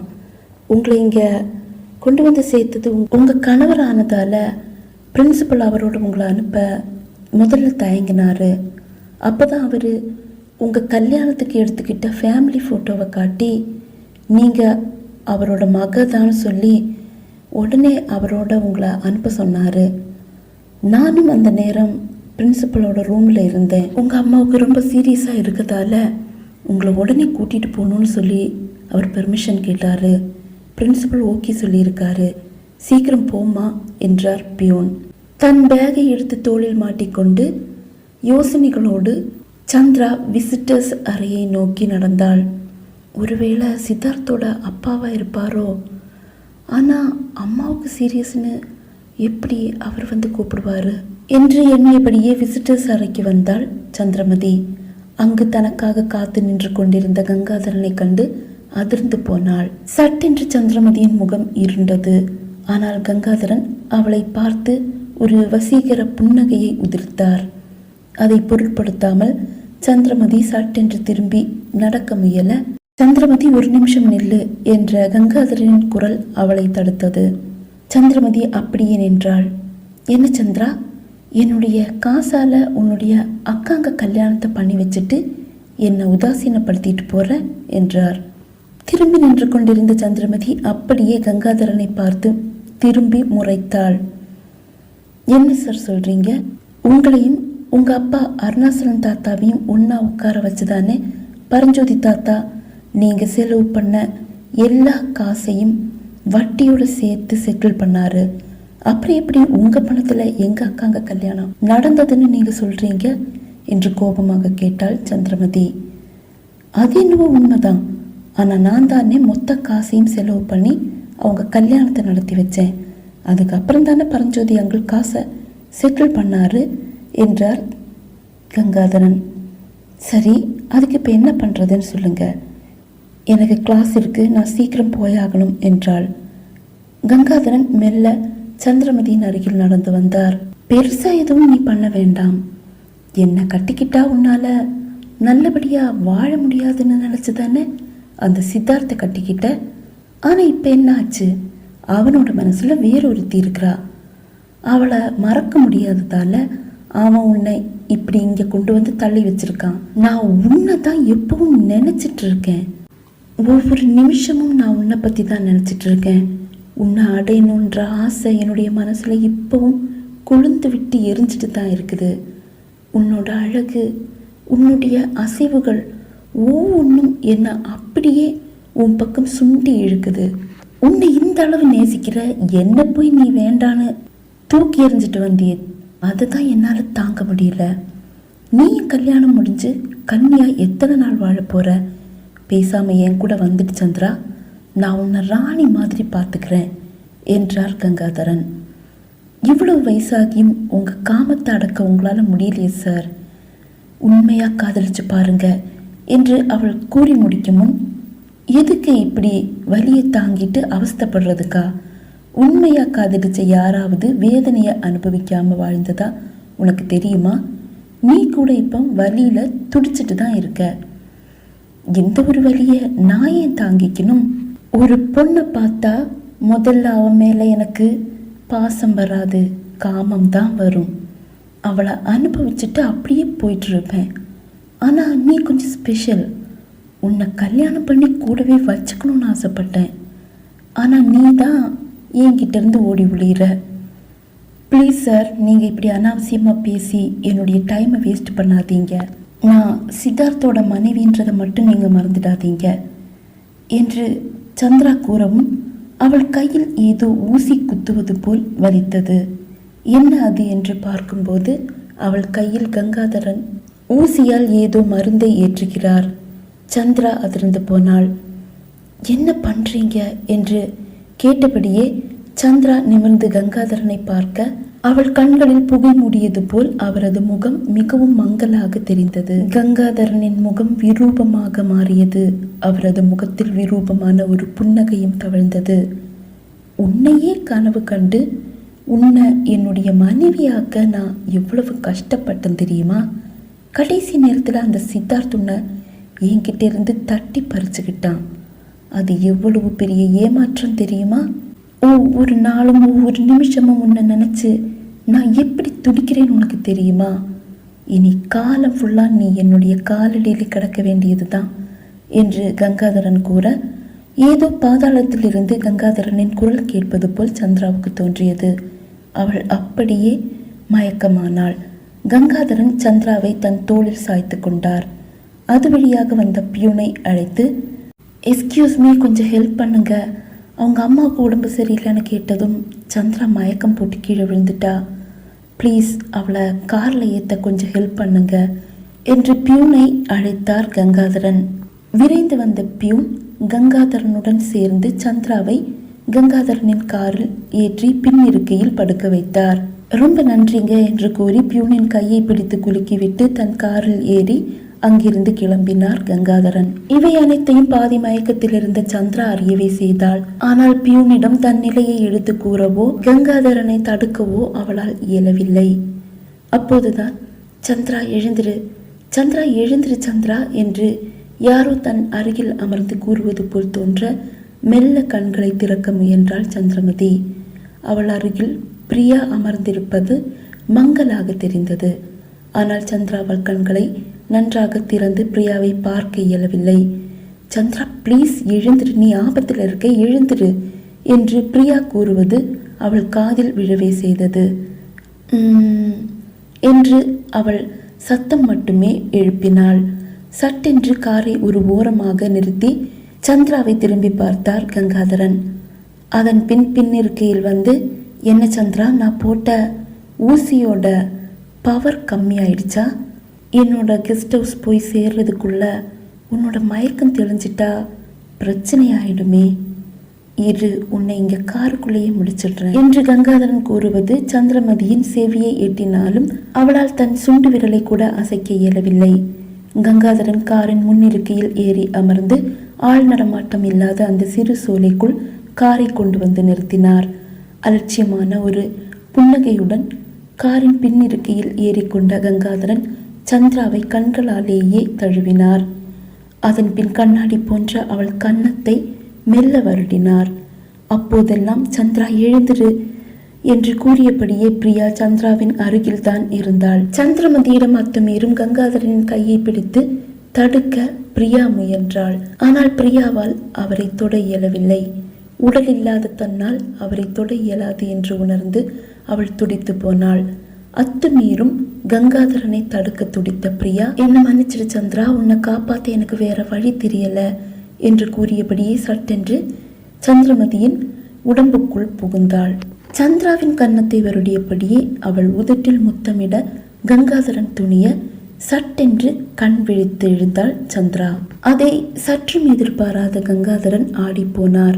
அதிர்ச்சியோடு சந்திராவை பார்த்த கங்காதரனின் கன்னத்தில் பலார் என்று அறைந்தாள் சந்திரமதி. அவரது கழுத்து அப்படியே திரும்பிக் கொண்டது. அதன் பின் என்ன நடந்தது என்று கங்காதரனுக்கு ஞாபகம் இருக்கவில்லை. கடைசியில் அவர் அவரது காரில் ஒரு பள்ளி போல் ஒட்ட வைக்கப்பட்டது போல் ஒட்டியிருந்தார். சந்திரா கங்காதரனின் காரில் இருந்து இறங்கி வேகமாக நடந்து வீட்டை நோக்கி வந்தாள். வீட்டினுள் வந்த போதுதான் சித்தார்த்தின் அம்மாவையும் பூங்குழலி பாட்டியும் கண்ட பிரியா சட்டென்று சந்திராவின் உடலிலிருந்து வெளியே வந்தாள். அப்போதும் மயக்கம் நன்றாக தெளியாத சந்திரா சித்தார்த்தின் அம்மாவையும் பூங்குழலி பாட்டியையும் கண்டதும் அழுதபடியே ஓடி வந்து அவர்களை கட்டி அணைத்து கொண்டாள். சந்திரா கூறி முடிக்க சித்தார்த்தின் அம்மா, பூங்குழலி பாட்டி, சித்தார்த் மூவரும் எதையும் நம்ப இயலாமல் திகைத்து போயினர். சந்திரமதி தன் அம்மா பாட்டியிடம் கூறிய எதையும் தான் கேட்டுக்கொண்டிருந்ததை மூவரும் அறிய வேண்டாம் என்று எண்ணிய சித்தார்த் சட்டென்று இறங்கி வாசலில் வந்து நின்றான். சந்திரா தங்கியிருந்த வீட்டின் அருகில் கார் வந்தபோது அது பஞ்சராகிவிடவே சித்தார்த் காரை அப்படியே நிறுத்திவிட்டு நடந்துதான் வீட்டிற்கு வந்தான். அதனால் சித்தார்த் வந்ததை மூவரும் அறியவில்லை. வாசலில் வந்து நின்ற சித்தார்த், அம்மா, பாட்டி என்று குரல் கொடுத்தான். அட, சித்துவோட குரலாச்சே, சித்து வந்திருக்கான். மதி, நீ இப்ப சொன்ன எதுவும் சித்துவுக்கு தெரிய வேண்டாமா என்றார் பூங்குழலி பாட்டி. சரி பாட்டி, நான் எதுவும் சொல்லல என்றாள் சந்திரமதி. சித்தார்த்தின் அம்மா, பூங்குழலி பாட்டி இருவரும் வாசலுக்கு வந்தனர். என்ன சித்து, திடீர்னு வந்து நிக்கிற என்றார் அம்மா. என்ன பண்றதுமா, உங்களையும் பாட்டியையும் பார்க்காம தூக்கமே வரல, அதுதான் கிளம்பி வந்துட்டேன் என்று குறும்பாக கூறினான் சித்தார்த். அப்போதுதான் மெல்ல வாசலுக்கு வந்தாள் சந்திரமதி. அவள் முகம் வாடி இருப்பதை கண்டான் சித்தார்த். சந்திரமதியை கண்டதும் சித்தார்த்துக்கு கங்காதரன் அங்கிளின் மீது கோபம் வந்தது. அவர் இப்போது தன் முன் இருந்தால் அவர் கழுத்தை அப்படியே நெரித்து கொன்றுவிட வேண்டும் என்று அவனுக்கு தோன்றியது. கங்காதரன் அங்கிள் ஏதோ பூச்சாண்டி காண்பித்து செல்கிறார் என்றுதான் அவன் நினைத்தான். ஆனால் அவர் சந்திராவிடம் இவ்வளவு மோசமாக நடந்து கொள்வார் என்று அவன் கனவிலும் எண்ணவில்லை. அப்போதுதான் சந்திரா பிரியாவை பற்றி கூறியது அவன் நினைவிற்கு வந்தது. சந்திரா சொன்னது உண்மையா? பிரியா தான் கங்காதர அங்கிள் கிட்ட இருந்து சந்திராவை காப்பாத்தினாளா? இதை எப்படி நம்புறது? பிரியாவை நினைக்காத ஒரு நாள் கூட இல்லை. அப்படி இருக்கும்போது இன்னைக்கு வரைக்கும் என்னுடைய முன்னாடி பிரியா வரலையே. அப்படி இருக்கும்போது எப்படி சந்திரா முன்னாடி மட்டும் பிரியா வந்தா என்று யோசித்தான். ஆனாலும் வாடி போன சந்திராவின் முகம் அவனை வாட்டவே செய்தது. என்னாச்சு சந்திரா, முகமே சரியில்லையே என்றான். அவள் பதில் கூறவில்லை. என்னாச்சு, நான் வந்தது உனக்கு பிடிக்கலையா என்று சித்தார்த் கேட்க, உங்களுக்கு தானே டாக்டர் என்ன பிடிக்கல என்று வேதனையோடு கூறியவள் சட்டென்று ஓடி தன் அறைக்கு வந்து கதவை தாளிட்டு கொண்டாள். என்ன சித்து இது, வந்ததும் வராததுமா அவளை அழ வைக்கிறியே என்றார் அம்மா. நான் என்னம்மா தப்பு பண்ணேன் என்று சித்தார்த் பரிதாபமாக கேட்டான். சித்தார்த்தின் அம்மாவும் பூங்குழலி பாட்டியும் சமையல் அறைக்கு வந்து டீ தயாரித்து கொண்டிருக்கும் போது அவர்களின் பேச்சு பிரியாவையும் சந்திராவையும் சுற்றியே வந்தது. அத்தை, எனக்கு சந்திராவை நினைச்சா ரொம்ப பயமா இருக்கு. கண்மணி, இதுல பயப்பட என்னமா இருக்குது? மதியோட மனசு சித்தார்த்தோட பாசத்துக்காக ஏங்குது. அந்த ஏக்கத்தை தான் பிரியாவோட ரூபமா அது வெளிப்படுத்துது. மற்றபடி பிரியா எல்லாம் கிடையாது, அவளோட ஆவியும் கிடையாது. சரியா இருக்கலாம் அத்தை, ஆனா கங்காதரன் கிட்ட இருந்து சந்திராவை பிரியா காப்பாத்தினதா அவ சொல்றாளே, அதுதான் என்னால நம்பவும் நம்பாம இருக்கவும் முடியல. கண்மணி, அந்த இடத்துல தான் நான் கூட கொஞ்சம் தடுமாறி போயிட்டேன். ஆனா அது கூட மதியோட கற்பனை மட்டும்தான். தன்னை கங்காதரன் கிட்ட இருந்து காப்பாத்திக்க பிரியா தன்னோட உடம்புல ஏறினதா அவளே கற்பனை பண்ணிக்கிட்டு கங்காதரனை அடிச்சிருக்கலாம். இந்த மாதிரி நேரத்துல மனபலம் அதிகமா இருக்கும். ஒரு அசாதாரணமான சக்தி நமக்கு உண்டாகும். அதுக்கப்புறம் சாதாரண மனுஷன் கூட சூப்பர்மேனா மாறிடுவான் என்று பூங்குழலி பாட்டி கூறினார். அப்போதுதான் சந்திரமதி தன் அறை கதவை திறந்து கொண்டு வெளியே வருவதை சித்தார்த்தின் அம்மாவும் பூங்குழலி பாட்டியும் கண்டனர். அவர்கள் தங்கள் பேச்சை அப்படியே நிறுத்தி கொண்டனர். இதே நேரம் சித்தார்த் வீட்டு வாசலில் நின்றபடி அருணாசலம் தாத்தாவை அழைத்து கொண்டிருந்தான். ஹாலுக்கு வந்த சந்திரமதியின் கண்கள் சித்தார்த்தை தேடியது. அவனை காணாது அவள் முகம் வாடியது. மெல்ல வெளியே வந்து அவன் கார் இருக்கிறதா என்று எட்டி பார்த்தாள் சந்திரமதி. அவன் கார் அங்கு இருக்கவில்லை என்றாலும் வாசலில் நின்று சித்தார்த் யாருடனோ போனில் பேசுவது தெரிந்தது. இப்போதுதான் அவள் மனம் நிம்மதியடைந்தது. அவள் மெல்ல சமையல் அறைக்கு வந்தாள். அருணாசலம் தாத்தா போனை எடுத்ததும், ஹலோ தாத்தா, எப்படி இருக்கீங்க என்று கேட்டான் சித்தார்த். நான் நல்லா இருக்கேன்ப்பா, நீ எப்படி இருக்க என்று கேட்டார் அருணாசலம் தாத்தா. நான் நல்லா இருக்கேன் தாத்தா. கங்காதர் அங்களுக்கு ஏதோ ஆக்சிடென்ட் ஆனதா கேள்விப்பட்டேன், அதுதான் ஃபோன் பண்ணி விசாரிக்கிறேன் என்றான் சித்தார்த். ஆக்சிடென்ட் இல்லைப்பா, யாரோ 4 பேர் சேர்ந்து அவனை அடித்து நொறுக்கிட்டாங்க. இப்போ அவன் ஹாஸ்பிட்டலில் தான் இருக்கான் என்றார் அருணாசலம் தாத்தா. தாத்தா, யார் அவரை அடித்ததுன்னு சொன்னாரா என்று கேட்டான் சித்தார்த். இல்லைப்பா, 4-5 ரவுடி பசங்க சேர்ந்து அடித்ததாக தான் சொல்லியிருக்கான், மற்றபடி எனக்கு எதுவும் தெரியாது என்று அருணாசலம் தாத்தா கூற, சரி தாத்தா, உங்களுக்கு ஏதாவது உதவி தேவைப்பட்டா கண்டிப்பாக பரஞ்சோதி தாத்தாவுக்கு கால் பண்ணுங்க, அப்பாவும் தாத்தாவும் உங்களுக்கு தேவையான உதவியை பண்ணுவாங்க, நான் கோயம்புத்தூரில் இருக்கேன் என்றான் சித்தார்த். சரிப்பா, ஏதாவது உதவி தேவைப்பட்டா கண்டிப்பா பரஞ்சோதியை கூப்பிடுறேன் என்ற அருணாசலம் தாத்தாவின் பதிலை கேட்டதும் அழைப்பை துண்டித்தான் சித்தார்த். சித்தார்த் அருணாசலம் தாத்தாவிடம் பேசிவிட்டு அழைப்பை துண்டிக்க அவனது கார் டயர் மாற்றப்பட்டு வீட்டினுள் கொண்டு வரப்பட்டது. காரினுள்ளிருந்து இறங்கிய ஒர்க் ஷாப் ஊழியர் ஒருவர் சித்தார்த்திடம் சாவியை கொண்டு வந்து கொடுத்தார். அவர்களுக்கு தேவையான காசை கொடுத்துவிட்டு சித்தார்த் வீட்டினுள் வந்தான். ஹாலில் பாட்டி, சித்தார்த்தின் அம்மா, சந்திரமதி மூவரும் அமர்ந்திருந்தனர். அங்கு டீப்போ மீது 4 கப்பு டீயும் இருந்தது. சித்தார்த்தை கண்டதும் 1 கப்பு டீயை எடுத்து சித்தார்த்திடம் நீட்டினார் சித்தார்த்தின் அம்மா. சந்திரமதி, பாட்டி இருவருக்கும் டீ எடுத்து கொடுத்தார். 4வரும் டீ பருகினர். டீ பருகும் போதும் சித்தார்த்தின் கண்கள் சந்திரமதியையே தழுவி சென்றது. அவள் முகத்தில் சோகம், வேதனை எல்லாம் அப்படியே படிந்திருந்தது. டீ பருகி முடித்த சித்தார்த் டீ கப்பை டீப்போ மீது வைத்தான். சித்தார்த், டிஃபன் ரெடியாக இருக்குது, சாப்பிடலாமா என்று கேட்டார் சித்தார்த்தின் அம்மா. ஆமாம்மா, எனக்கு கூட ரொம்ப பசிக்குது என்று கூறியவன் எழுந்தான். அவன் பின்னால் மற்றவர்களும் எழுந்து உணவு மேஜை முன் வந்து அமர்ந்தனர். உணவு உண்ணும் போதும் சித்தார்த்தின் கண்கள் சந்திரமதியையே தழுவி சென்றது. ஆனால் அவள் அவனை ஏறிட்டு கூட பார்க்கவில்லை. டிஃபன் முடித்த பின் பூங்குழலி பாட்டி சித்தார்த்தின் அம்மாவை பார்த்து கண்ணசைத்தார். அதன் பின், சித்து, இங்கே பக்கத்தில் ஒரு கோயில் இருக்குப்பா, காலையில் நாங்கள் அங்கே போயிட்டு வந்தோம், மனசுக்கு ரொம்ப இதமாக இருந்தது, நானும் கண்மணியும் அங்கே கொஞ்சம் நேரம் போய் இருந்துட்டு வரலான்னு நினைக்கிறோம் என்று பாட்டி கூற, சரி பாட்டி, நீங்கள் போயிட்டு வாங்க என்றான் சித்தார்த். நானும் வரேன் பாட்டி என்றாள் சந்திரமதி. இல்லை சந்திரா, நீ போக வேண்டாம், உங்களோட கொஞ்சம் பேசணும் என்று சித்தார்த் கூற, சந்திரமதி அவனை வியப்போடு பார்த்தாள். இன்று வரை காணாத ஒரு பாசம், ஒரு காதல் அவன் பார்வையில் இருப்பதாக அவளுக்கு தோன்றியது. சித்தார்த்தின் அம்மா பாட்டி இருவரும் உடை மாற்ற தங்கள் அறைக்கு சென்றனர். அப்போது பிரியா எழுந்து சந்திரமதியின் அருகில் வந்து அவள் தோளை தொட்டாள். சந்திரா, என்னோட சித்து என்னை மறந்துடக்கூடாது, அவரோட மனசில் நான் எப்பவும் வாழணும்னு தான் நான் ஆசைப்பட்டேன். ஆனால் நானே அவரோட வாழ்க்கையாக ஆயிடணும்னு நினைக்கல, ஆசைப்படலை. சித்து இப்படி தனியாக வாழ்கிறத என்னால் பார்த்துட்டு நிம்மதியாக இருக்க முடியல. சித்து இப்படி என்னையே நினச்சி தனியாக வாழ்ந்து கஷ்டப்படுறத நான் கொஞ்சமும் விரும்பலை சந்திரா. அதனால தான் அவரை உயிராக நேசித்த உன்னை அவரோடு சேர்த்து வச்சேன். உங்கள் கல்யாணம் முடிஞ்சதும் எல்லாம் முடிவுக்கு வந்துடுச்சுன்னு நினச்சேன். ஆனால் உன்னை மனைவியாக ஏற்றுக்கிட்டா அது எனக்கு பண்ணுற துரோகம்னு நினச்சி சித்தார்த் ஒன்று தள்ளி வச்சிட்டாரு. நீயும் அவர் மனசை புரிஞ்சுக்கிட்டு தள்ளியே நின்றுட்ட.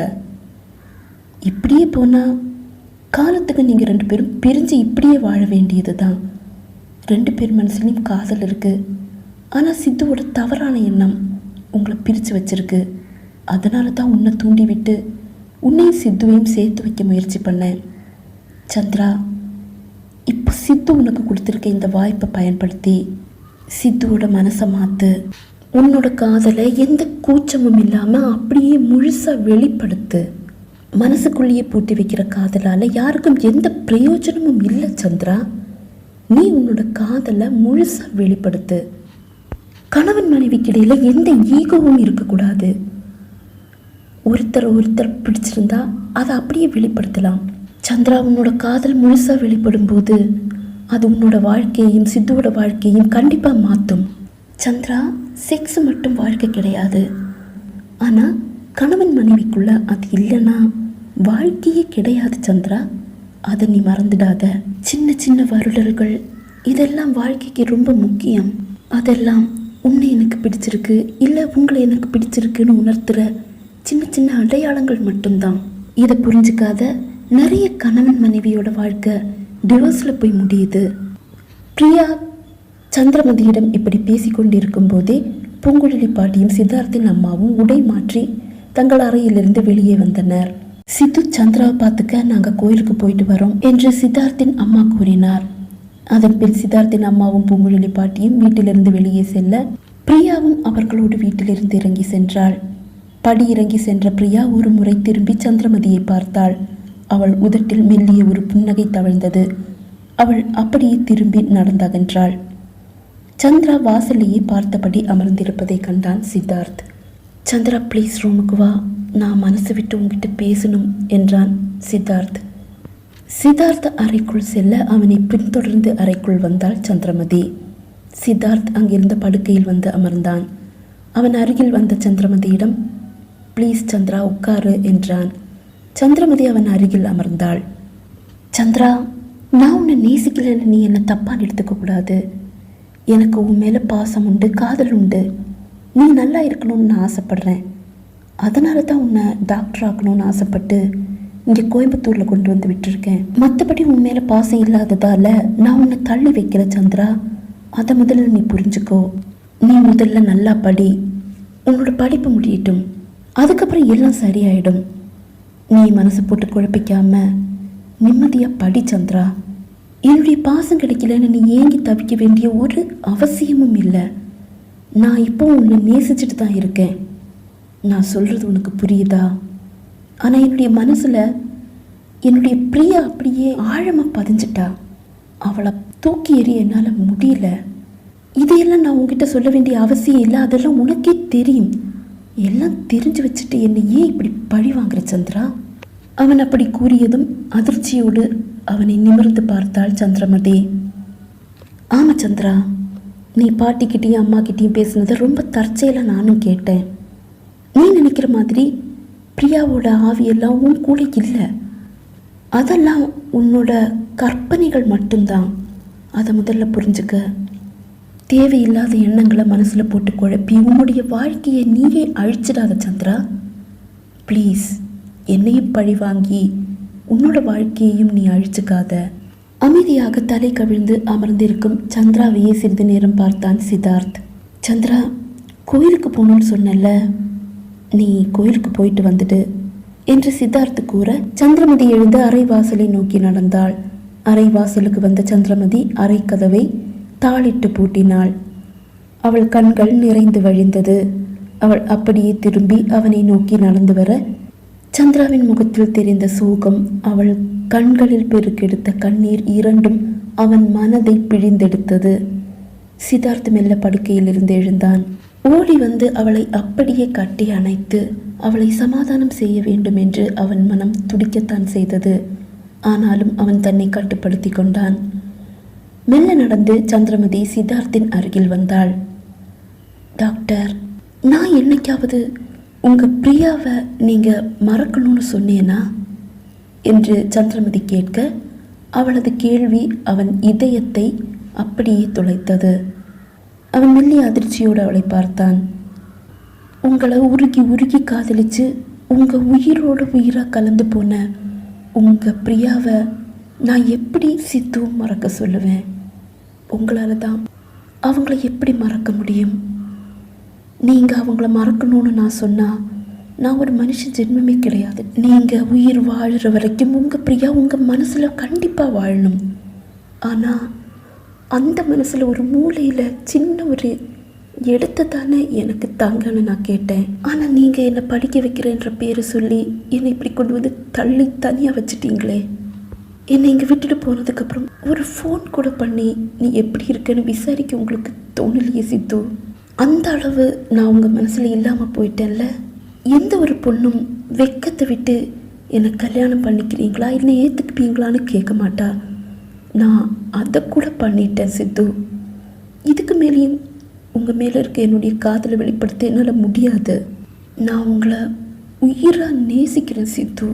இதுக்கு மேலேயும் உங்களை பிரிஞ்சிருக்கவோ உங்களை விட்டு தள்ளி நிற்கவோ என்னால் முடியாது சித்து என்று கூறியவள் சட்டென்று அவனை கட்டி அணைத்தாள். திக்கு முக்காடி போன சித்தார்த்தின் கண்களும் நிறைந்து வழிந்தது. சித்தார்த் அவளை இறுக்கமாக கட்டி அணைத்தான். காற்று கூட புக முடியாத அளவு இறுக்கமாக, இன்னும் இறுக்கமாக கட்டி அணைத்தான். நான் உன்னை தள்ளி வைக்கல சந்திரா, நானும் உன்னை ஈரா நேசிக்கிறேன். ஆனால் பிரியாவை மறக்க முடியாமல் தவிச்சதால் உன்னை நெருங்க என்னால் முடியல. அது உன்னை பாதிக்கக்கூடாதுன்னு நினச்சேன். அதனால தான் நான் உன்னை இங்கே மெடிக்கல் காலேஜில் கொண்டு வந்து சேர்த்தேன். மற்றபடி உன் மேலே பாசம் இல்லைன்னு நீ நினைக்காத. உன் மேலே இருக்க பாசத்தால் மட்டும்தான் நான் உன்னை என்கிட்ட இருந்து தள்ளி வச்சேன் சந்திரா. அது முதல்ல புரிஞ்சுக்க.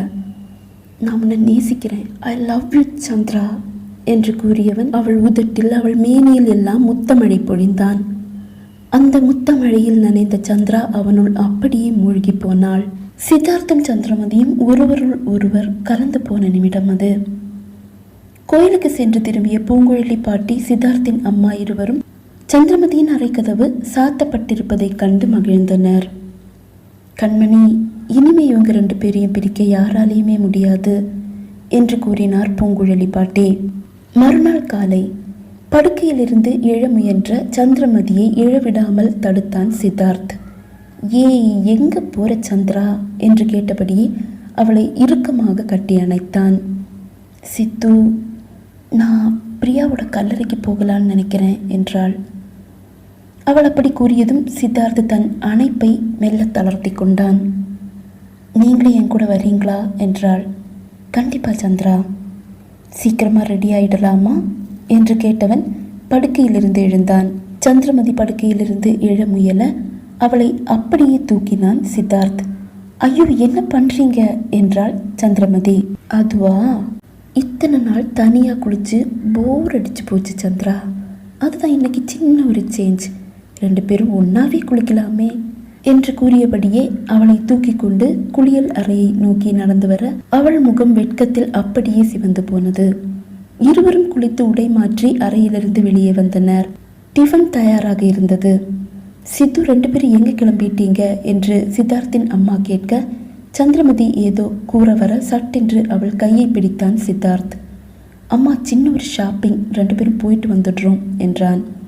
சரிப்பா, 2 பேரும் சாப்பிட்டுட்டு போங்க என்றார் பூங்குழலி பாட்டி. இருவரும் டிஃபனை முடித்து கொண்டு புறப்பட்டனர். சிறிது நேரத்தில் இருவரும் பிரியாவின் கல்லறையில் இருந்தனர். பிரியாவின் புகைப்படம் பதிக்கப்பட்ட கல்லறை அது. இருவரின் பார்வையும் பிரியாவின் அந்த புகைப்படத்தின் மீதுதான் இருந்தது. பிரியா, நேத்திலிருந்து நீங்கள் என்னுடைய கண்ணுக்கு தெரிகிறதே இல்லை. எல்லாரும் சொன்ன மாதிரி நீங்கள் என்னுடைய கற்பனையா என்று மனதில் எண்ணினாள் சந்திரமதி. சிறிது நேரம் அப்படியே இருவரும் நின்று கொண்டிருந்தனர். சந்திரா, போலாமா என்று கேட்டபடி அவள் கையை மெல்ல பற்றினான் சித்தார்த். போலாம் என்றவள் அவன் கையை இன்னும் இறுக்கமாக பிடித்து கொண்டாள். சந்திரா, இப்பவும் பிரியா உன்னுடைய கண்ணுக்கு தெரிகிறாளா என்று சித்தார்த் கேட்டான். இல்லை, நேத்திலிருந்து அவங்க என்னுடைய கண்ணுக்கு தெரியலை என்றாள் சந்திரமதி. இல்லை சந்திரா, பிரியா உன் கூட இருக்கலை, எல்லாம் உன்னுடைய கற்பனை மட்டும்தான் என்று சித்தார்த் கூறும்போது அவனது இடக்கையை யாரோ பற்றுவது போல் அவனுக்கு தோன்ற அதிர்ந்து போய் தன் இடப்புறம் திரும்பி பார்த்தான் சித்தார்த். அழகிய ஒரு புன்னகையுடன் தன் அருகில் நின்று கொண்டிருக்கிறாள் பிரியா. அதிர்ச்சியோடு அவன் அவளை பார்க்க போலாமா சித்து என்று கூறியபடியே சந்திரமதி அவன் கையை பிடித்து இழுத்து கொண்டு நடக்க பிரியாவின் கைகளிலிருந்து சித்தார்த்தின் கை நழுவி அப்படியே செல்ல மெல்லிய புன்னகையுடன் மெல்ல கையசைத்தாள் பிரியா. அவளது கல்லறை கண்ணிலிருந்து மறையும் வரை அவள் கல்லறையையே திரும்பி பார்த்தபடி நடந்தான் சித்தார்த். அவன் இதயம் வலித்தது. இப்போதும் பிரியா மெல்லிய புன்னகையுடன் கையசைத்தபடி அவள் கல்லறையின் முன்னால் நின்று கொண்டிருந்தாள். என்னுயிரே என்று அவன் இதயம் அவளை அழைத்தது. அவன் இதயம் வலித்தது. அவன் கண்களிலிருந்து கண்ணீர் கசிந்தது. இப்போது அவன் கண்களிலிருந்து பிரியாவின் கல்லறை மறைந்தது.